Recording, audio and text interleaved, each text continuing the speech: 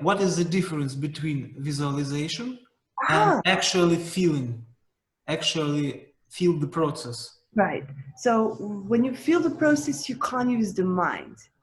You're feeling it. You're from the heart more. And when you're visualizing, you're really in your mind and you're in your imagination trying to either create stuff, in your head.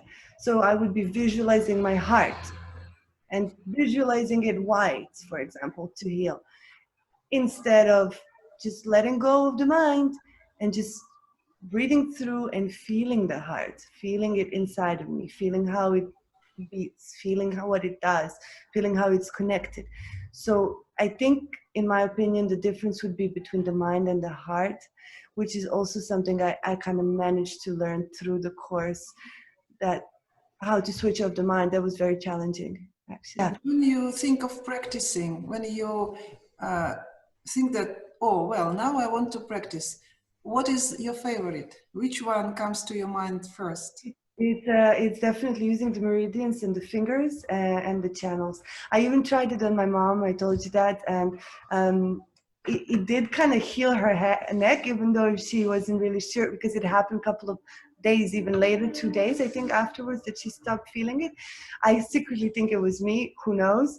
But it did work. Something worked. Something gave. So that's really important. And I'm actually wanting to experiment much more, which is on my agenda plan, obviously.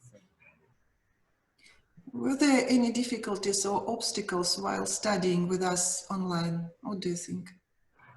No, even though I believe it might be better to be in person, because human touch and being in a person with somebody is definitely something priceless. But regardless of all those restrictions, I had no difficulties following or doing anything, or understanding what you guys are telling me, or following your advices and everything. So in the end, it does come out to the same thing. I think it's maybe the question of preferences. I don't know. We are in the time we are, so it's somehow we are not even able to control certain things. So this was a very effective alternative, in my opinion. During our lessons, we have long talks sometimes.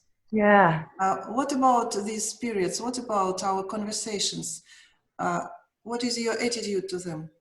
Was it useful to speak, to discuss things, or did you want to study all the time? What do you think about definitely changing the ideas? Talking and exchanging experiences and knowledges, and just communicating was, I feel, binding me more with the professor and opening me up and giving me more trust, so that I could actually express and talk and ask and hear different opinions, so that I could think about maybe potentially other alternatives or things that I didn't even consider before.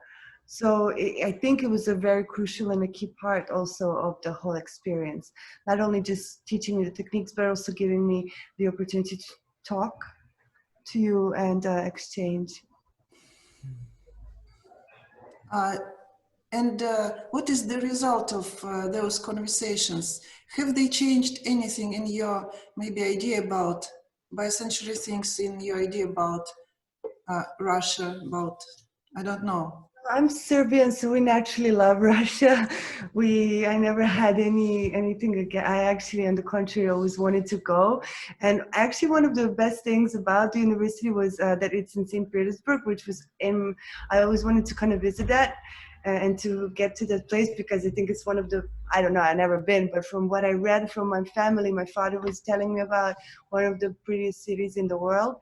And I feel like I'm a Slavic person, so I can't really, I don't know, I don't know, I feel very close.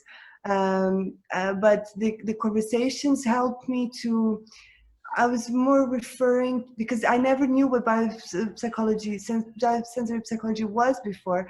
So for me, this was all new. So it was kind of helping me to understand what it is, how it functions. Do I like it? What do I think? What's my position with this? Do I agree? Does it work? Who am I in front of this technique? And how can I use it? And it was really good. It was a really good experience. Yeah. Andrea, when you come home and if maybe your friends or relatives ask you to show something, what will you choose?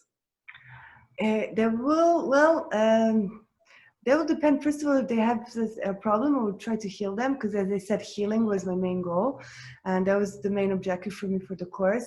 And hopefully we will manage to do this telekinesis, so that if I manage to do it, maybe I could show them that. But I already kind of was teaching my mom about and kind of telling her the informations, and she absolutely is really agreeing on a lot of things. So she's also kind of looking forward for us to exchange more when I get home.